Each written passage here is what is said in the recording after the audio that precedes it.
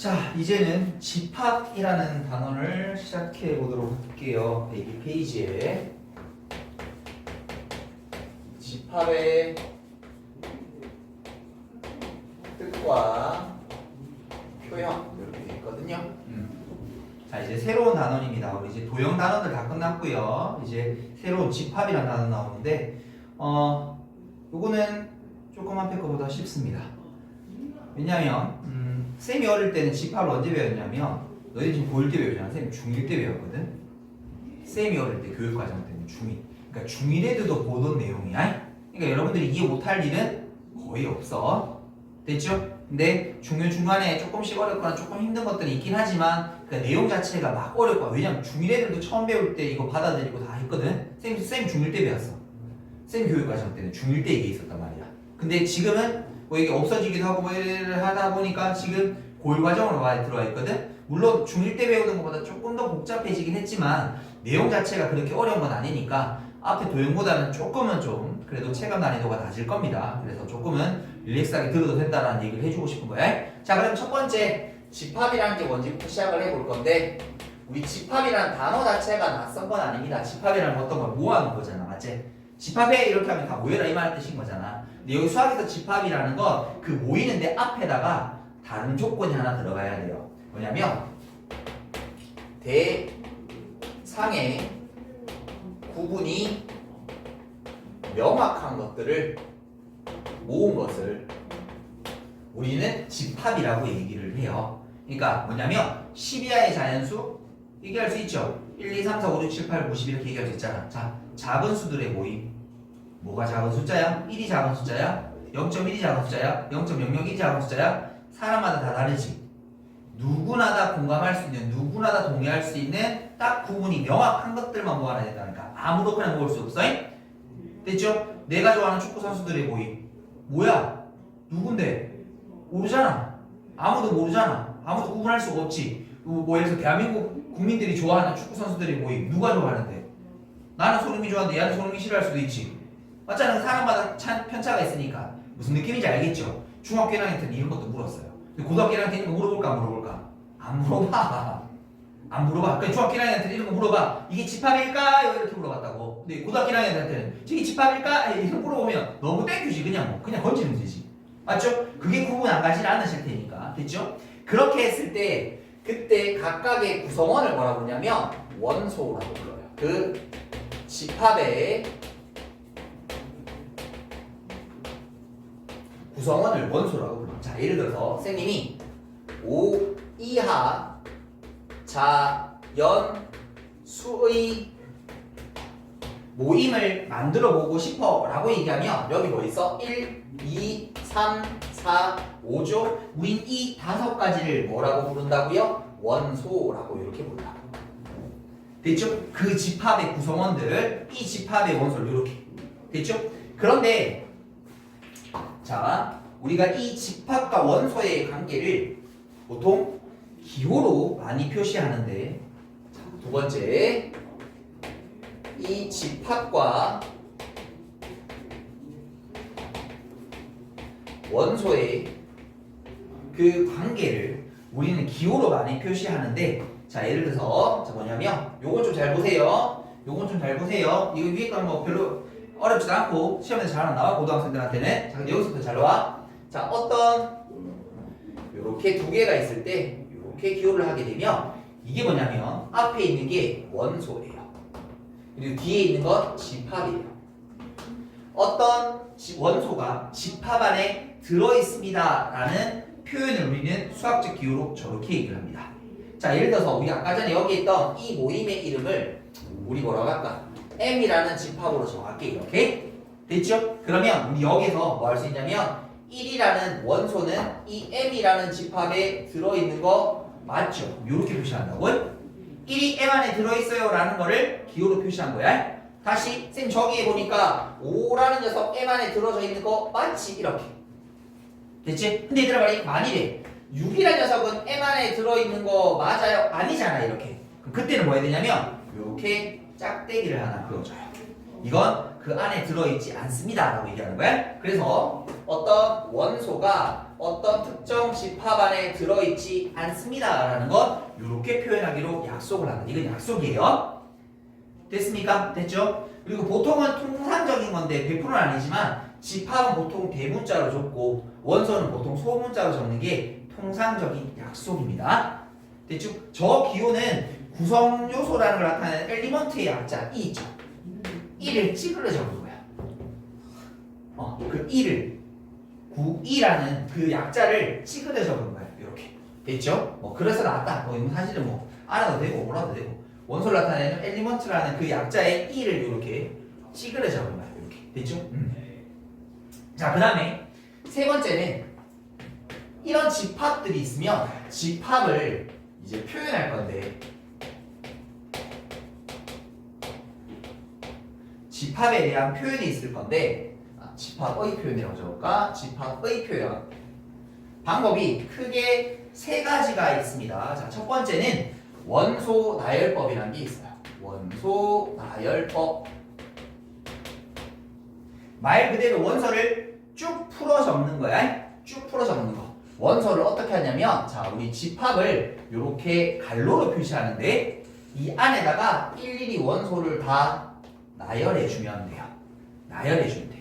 자, 예를 들어서 방금 했던 우리 아까 M이라는 집합을 집합으로 표시해라고 얘기하면 원소 나열법 적으면 요거예요. 요렇게. 이게 저 집합에 대한 표현법이야.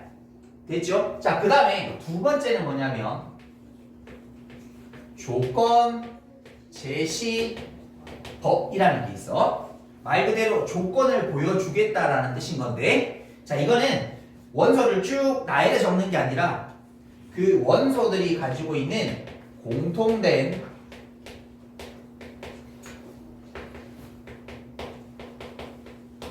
특징을 적음으로써 저희들을 다 안 적기로 약속을 하는 거야. 잠깐만 잠시 좀 해드릴래? 자, 공통된 특징을 적는 건데 자, 예를 들어서 여기는 M이라는 집합 우리 계속 한번 써먹어보도록 할게. 어떻게 적냐면 자, 요거는 조건 제시법 없는 거는 일단 짝대기를 하나 긋습니다. 이렇게 일단 짝대기를 하나 긋습니다. 요걸 바라고 읽어요. 그리고 앞에다가 표시를 하나 하는데 이게 X일 수도 있고 A일 수도 있고 Y일 수도 있고 이건 상관없어. 이게 뭐냐면 원소를 여기다 적어요. 그리고 뒤에다가 그 원소의 특징을 적는 게 조건 제시법이야. 그러니까 1, 2, 3, 4, 5를 다 낱개로 적는 게 아니라 걔들 특징. 자, 한번 적어볼게. 표현을 하면 여러 가지인데 잘 봐. 예를 들어서 X는 1보다 크거나 같고 5보다 작거나 같은 X는 자연수. 이게 이가 맞죠? 쟤들이 가지고 있는 특징을 한 줄로 적으니까 낱개로 다 적는 걸 원소 나열법, 걔들의 공통된 특징을 한 번에 빡 적는 걸 우리는 조건 제시법. 됐니? 자, 이제 우리가 집합에서 잘 물어보는 거 첫 번째는 요거 조금 체크하셔야 되고요. 두 번째는 집합이 어려우면 잘 들어 무조건 조건 제시법으로 나온다. 아니 원소 다 적어놓으면 뭔지 알 거 아이가 집합이. 뭐예요 다 적어놓으면 알 거 아이가. 근데 그거를 숨기려면 어떻게 해야 돼? 그렇지, 이렇게 표시하는 방법이 있어.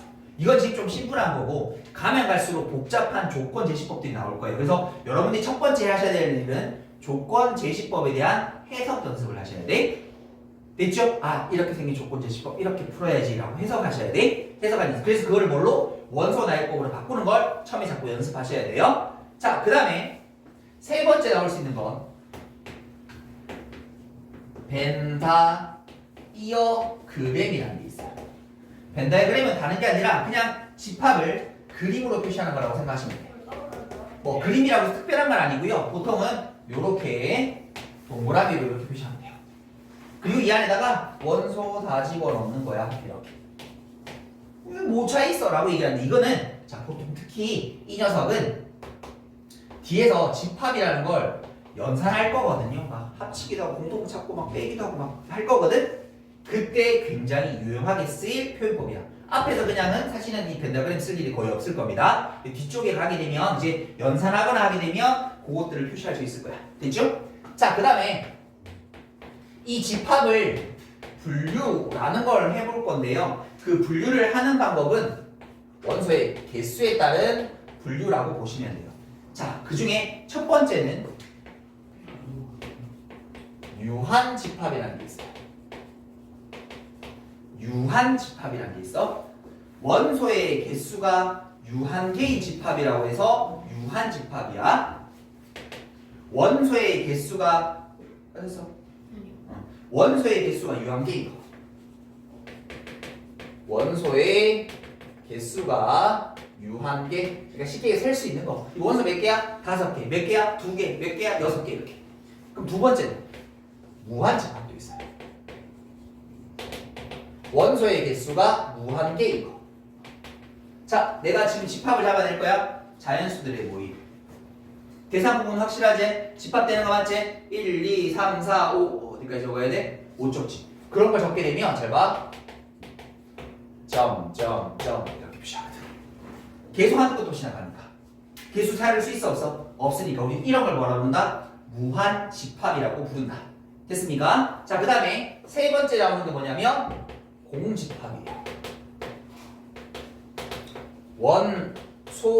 원소의 개수가 빵개인 거. 저 공자가 비공자라는 뜻이거든. 원소가 하나도 없는 거. 그거를 공집합이라고 얘기해. 자, 내가 집합을 잡아낼게. 1 미만의 자연수의 집합. 대상 부분 확실하지? 뭔지 얘기할 수 있지? 집합은 되는 거야. 1 미만의 자연수 있어 없어? 없잖아. 그럼 이건 뭐야? 공집합이야. 됐죠? 근데 여기서 하나 중요한 거 하나 더. 이 공집합은 표현하는 기호가 하나 있습니다. 이거는 지금부터 익히셔야 돼요. 공집합을 우리는 이렇게 적기로 약속이 되어 있어요. 됐죠? 자, 그럼 이제 퀴즈 하나 낼게. 도일이 대답해봐. 공집합은 유한집합이다. 맞아, 틀렸어? 공집합은 유한집합이다. 맞을까, 틀렸을까? 틀렸다? 유한집합의 뜻이 뭐라겠지? 원소의 개수가 유한개. 다시 다른 말로 하면 셀 수 있다는 뜻이거든. 공집합 원소 개수 몇 개? 0. 숫자 붙일 수 있잖아. 이거 유한집합 맞다. 에? 은근히 이건 장난치는 건데, 애들 장난치는 건데 이런 것들 물어보면 꽤나 헷갈려 하시거든. 그래서 얘는 유한집합 됩니다. 왜냐면 개수 2개밖에 없어. 유한하면 무한이야. 공집합이 무한이라 얘기할 수는 없잖아. 맞지? 셀 수 있으면 유한계라는 건 셀 수 있다는 말인 거거든. 그래서 공집합은 유한집합으로 얘기를 합니다. 자, 그 다음에는 5번째는 원소의 개수에 대한 표현법이 이렇게 있습니다. 됐죠? 그때 이 유한집합들이 있을 때 그 녀석의 원소의 개수를 표현하는 기호가 있는데 잘 봐. 어떤 집합을 줬고요. 그 앞에다가 n을 적어주면 그게 원소의 개수라는 뜻인 거야. 이게 넘버를 나타내는 숫자를 나타내는 거야. 그래서 a라는 집합의 원소의 개수. 자, 우리 아까 전에 m이라는 집합 계속 했잖아. 그럼 그 녀석의 원소의 개수는 몇 개야? 5. 그래서 n이 들어가게 되면 얘들아 숫자로 바뀐다. 이제 더 이상. 얘는 이제 상수야. 이거는 상수야. 집합이 아니야. 이제 더 이상. 그게 몇 개 되는지 숫자 5인지 4인지 3인지 숫자를 얘기하는 거니까 얘는 이제 더 이상 집합이라고 얘기하면 안 됩니다. 됐죠? 오케이. 여기까지 일단 정리 쭉 한번 해보도록 할게요. 104페이지 펼쳐주시고요. 필수예제 1번인데 필수예제 1번은 말로 좀 하고 넘어갈게요. 지난 시간에 잠깐 언급했지만 집합이 쌤 때는 중학교 1학년 때 배웠거든. 중학교 1학년 수준에서 이런 거 물어봤었어. 근데 우리 고등학교 1학년 때 솔직히 물어보지는 않습니다. 나오면 땡큐죠. 그냥 맞추는 문제니까 그냥 읽어만 보고 그건 넘어가도록 할게요. 집합인 것을 고르라 그랬거든. 그럼 집합의 정의가 지난번에 그냥 모아놓는 게 아니라 대상의 구분이 명확한 거라고 그랬어요. 그러니까 누구나 다 공감할 수 있고 누구나 다 대답할 수 있는 거 짝수 누구나 얘기할 수 있죠. 2, 4, 6, 8 쭉쭉쭉 얘기할 수 있죠. 유명한 골프 그러니까 유명, 뭐 맛있는, 가까운, 크다, 작다 이런 것들은 비교 대상이 있고 사람들이 주관적인 생각이 들어가야 되기 때문에 이거는 집합이라고 얘기할 수가 없습니다. 그래서 니은 틀렸을 거고 디귿도 0에 가까운 숫자 사람마다 개인의 편차가 생길 거니까 이건 얘기할 수가 없다. 태양계 행성은 딱 누구나 다 뭐뭐뭐다라고 얘기할 수 있죠. 뭐 수, 금, 지화, 목, 토, 천, 해 이렇게 되지. 맞지? 뭐 그런 것들 맛있는 거예요. 이것도 사람마다 다르죠. 그 다음에 광역시 모임 뭐 이거 딱 얘기할 수 있는 거잖아. 그러니까 이렇게 딱 명확히 부러지는 것들, 이렇게 그런 것들을 집합이라고 부른다. 이걸 설마 고등학교 1학년 과정에 거의 잘 물어볼 리는 없을 겁니다. 됐죠? 자, 필수에 이제 2번을 잠깐 한번 보실 건데, 자, 필수에 이제 2번. 이 문제는 어렵지 않은데요. 이 집합에서 여러분 첫 번째 해결해야 될 일이 뭐냐면 조건 제시법에 대한 해석입니다. 근데 우리 지금 배우는 것들은 조건 제시법이 그닥 어렵지는 않을 겁니다. 그런데 조건 제시법을 가면 갈수록 조금씩 어렵게 나올 거거든요. 그러니까 조건 제시법 해석하는 연습을 굉장히 많이 하셔야 돼요. 집합이 사실은 어느 걸 모아놓는 거잖아. 뭘 모아놔야 되는지에 대한 얘기는 없지. 뭘 모아놔야 되는지 얘기가 없잖아. 결국 집합이 어렵게 나오려면 모아놓는 대상을 어렵게 만들어 놓으면 돼. 여기다가 2차 부등식 집어넣어도 돼. 2차 방정식을 집합 안에 집어넣어도 돼. 근을 집어넣어도 돼. 뭐든 다 집어넣을 수 있단 말이에요. 여러분은 공수 1에 배웠던 오메가 집어넣을 수 있어요. 집합 안에 원소로. 그러니까 뭐든 다 집어넣을 수 있습니다. 근데 그거를 그냥 우리가 원소 나열법이라서 뭐라고 적어주는 게 아니라 집합을 좀 더 어렵게 숨기려면 조건 제시법을 써서 걔들 집합을 숨기는 방법밖에 없어. 그래서 여러분들이 이 처음부터 집합을 배울 때 신경 써야 될 게, 그러니까 처음에 개념을 배우면 조건 제시법이 너무 쉬우니까 뭐 보통 홀수, 짝수, 약수 이런 것들만 나오게 되니까 너무 이거를 쉽게 생각하는데 아니에요. 집합을 어렵게 내려면 딱 한 가지밖에 없습니다. 조건 제시법밖에 없어요.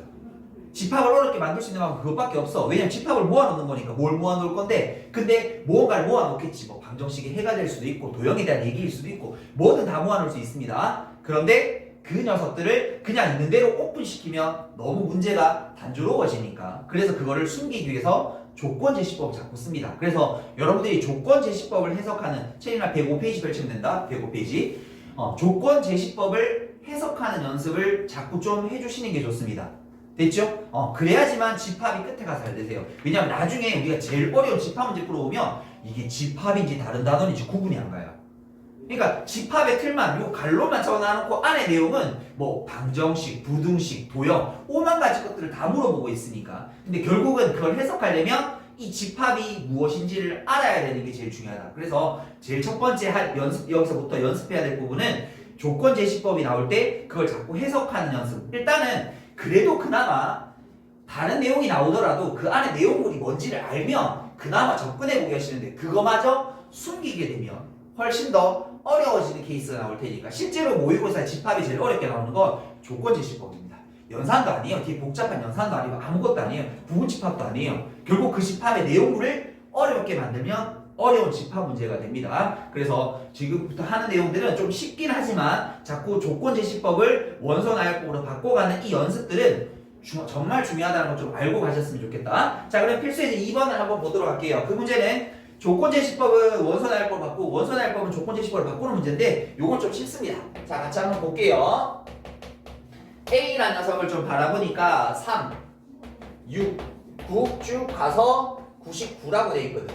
얘들을 조건 제시법으로 쓰고 싶은데 조건 제시법은 맨 앞에 원소를 적어준다라고 얘기했었고 그 뒤에는 그 원소가 가지고 있는 특징을 적어줍니다. 됐죠? 그리고 앞에 원소를 나열할 때는 꼭 X가 아니어도 됩니다. A여도 되고 M이어도 되고 자기 표현하고 싶은 거 적으셔도 돼요. 저기다 3K라고 적어도 돼요. 뭐든 상관없어요.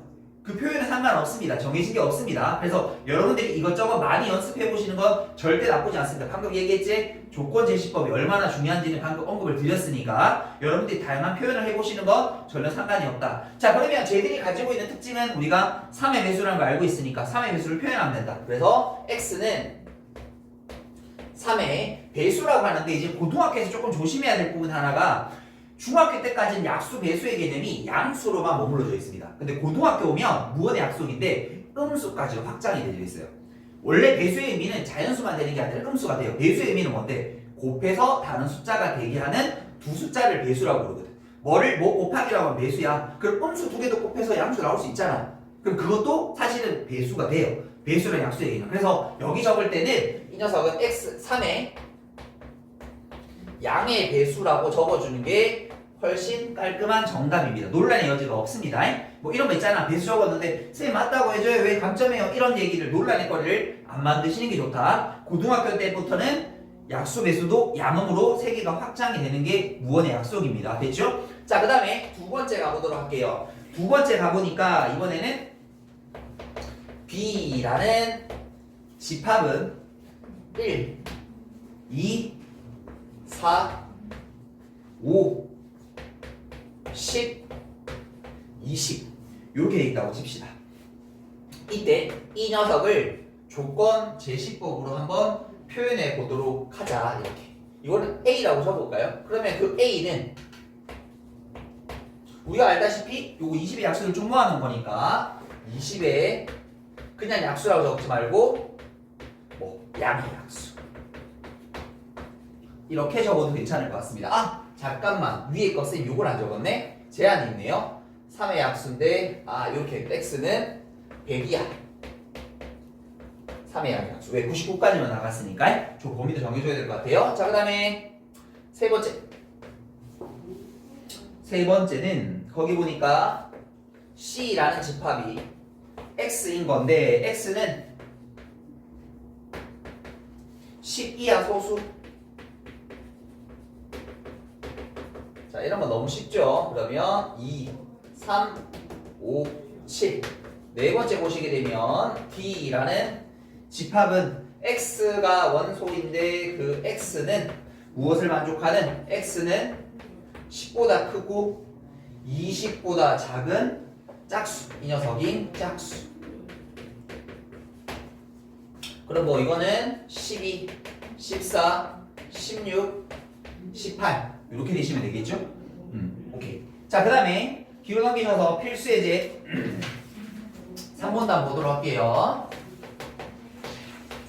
자 필수 예제 3번 보시게 되게 되면 자 A라는 집합은 1, 3, 5라고 주어져 있고 B라는 집합의 원소는 -1, 0, 1 이렇게 되어 있습니다. 그때 이번엔 첫 번째 C라는 집합을 정의해 놓는데 원소가 뭐예요? 이번에는 A 더하기 B야. 그러니까 얘들아 꼭 이렇게 뭐 맞춰서 적을 필요 없어요. 뭐든 다 적을 수 있다. 원소 형태는 이번에는 무언가를 더한 게 원소가 된다는 뜻이야. 뭘 더했는데? 라고 보니까 A는 A 안에 들어있는 원소라는 뜻인 거고 그 다음에 B는 B 안에 들어있는 원소. 그러니까 여기 있는 원소랑 여기 있는 원소를 더해주세요 이런 뜻이거든. 그래서 낱개로 다 더해서 적으면 되는데 그 밑에 표가 적혀있는 이유는 밑에 보면 표가 이렇게 있을 거예요. 이 이유는 간혹 요게 적다가 집합은 빠뜨려서 되지도 않고요. 중복되는 걸 두 번 적어도 되지 않습니다. 그렇기 때문에 그거 헷갈리지 말라고 혹시나 요렇게도 한번 해봐라 라는 뜻인데 굳이 난 안 헷갈리고 잘할 수 있다면 굳이 이렇게까지 하실 필요는 없습니다. 자 이거 계산하면 2개 더하면 빵 2개 더하면 1, 2개 더하면 2, 2개 더하면 2고 2개 더하면 3이고 2개 더하면 4고 2개 더하면 4고 2개 더하면 5고 6이가 그래서 이 녀석을 집합으로 표현하게 되면 순서대로 좀 적을게요. 작은 거 0, 1, 2에다가 그 다음에 3, 4에다가 그 다음에 5, 6 이렇게 헷갈리지 말라고 이렇게 표시한 거야. 별다른 뜻은 없다. 자 그 다음에 두 번째는 D라는 녀석은 AB가 이번에 원소인 건데 AB가 원소야. 어떤 거를 곱한 게 원소야? 그런데 그게 뭐니? 라고 물어보니까 A, B A의 원소랑 B의 원소를 곱한 값들. 그러니까 이거를 차례대로 곱하면 돼. 이래 곱하면 되거든. 그러면 -1이랑 곱하면 -5. 그러니까 얘들아 표를 만들어도 돼. 안 만들어도 돼. 대신 어중간하면 그냥 만들어. 실수할 것 같으면 만드는 거고 그래도 난 자신있게 하나하나 틀 자신 있다라고 하면 굳이 안 만드셔도 돼요. 억지로는 아닙니다. 해볼게요. 요래 곱하면 -5 -3, -1 있고 0이라고 곱하면 다 0이 되면 되겠죠? 그럼 -1 곱한 거, 0 곱한 거 다 처리했다? 그럼 이제 1 곱한 거 1, 3, 5일 테니까 1, 3, 5 이리 적을 수 있다라면 이리 적으시면 돼요. 됐죠? 굳이 꼭 억지로 표를 만들라는 뜻은 아닙니다. 자 다음은 필수예제 4번 원소의 개수를 읽어내는 요령 한 번만 보도록 하겠습니다. 자 먼저 맨 처음에 기억 n 0 이 녀석은 0인가? 라고 이렇게 물었습니다. 우리가 앞에 이렇게 n의 표시가 있으면 안에 들어있는 집합의 원소의 개수를 나타낸다 그랬다. 결국 이 녀석은 그 집합 안에 원소가 하나 들어져 있으니까 0이 아니라 1이라고 하셔야 된다. 왜 그러냐? 학생들 이상한 생각? 0이 있으니까 0이 빠져나가. 이런 이상한 논리를 펼친다고 한번 해보라는 거야. 별 뜻 없습니다. 다음 미음 보기 보도록 할게요. 자 n -1 그 다음에 더하기 n 1 이렇게 되십니다. 이 값은 2인가?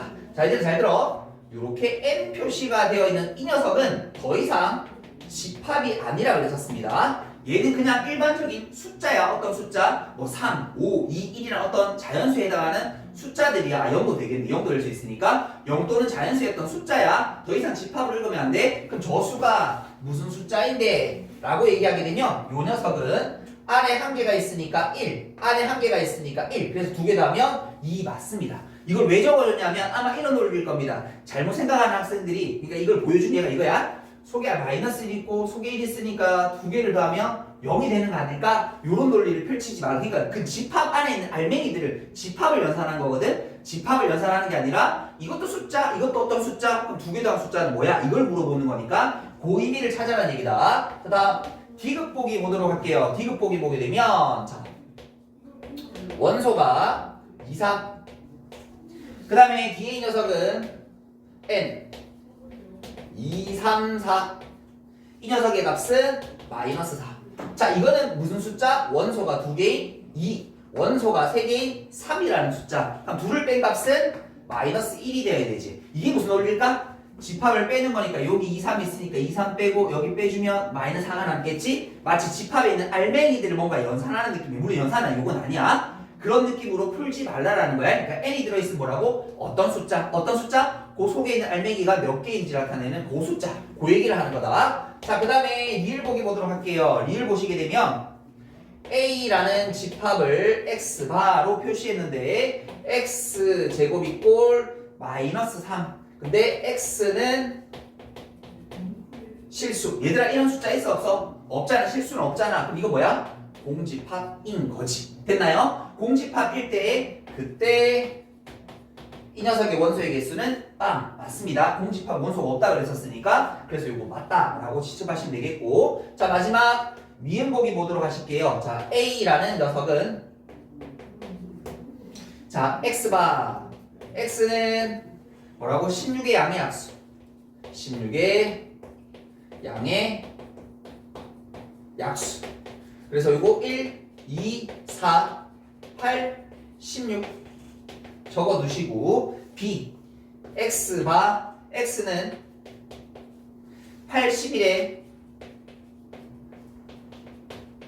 양의 약수라고 적어두면 1 뭐 있노? 3 있고 9 있고 27 있고 81 이렇게 되는 겁니까? 집합 적었습니다. 이때 NA NB, 그러니까 이게 뭐라고? 어떤 숫자인데 알맹이 안에 들어있는 원소 하나, 둘, 셋, 넷, 다섯 개 5라는 숫자. 됐나요? 그럼 이거 뜻이 뭐라고? 이 집합이 가지고 있는 알맹이 하나, 둘, 셋, 넷, 다섯 개 그 녀석에 대한 거. 크다? 틀렸잖아요. 그래서 정답은 니은, 리을 이렇게 체크해 주시면 되겠습니다. 됐죠? 자, 그리고 잠깐만 이것도 한번 볼까? 주의사항.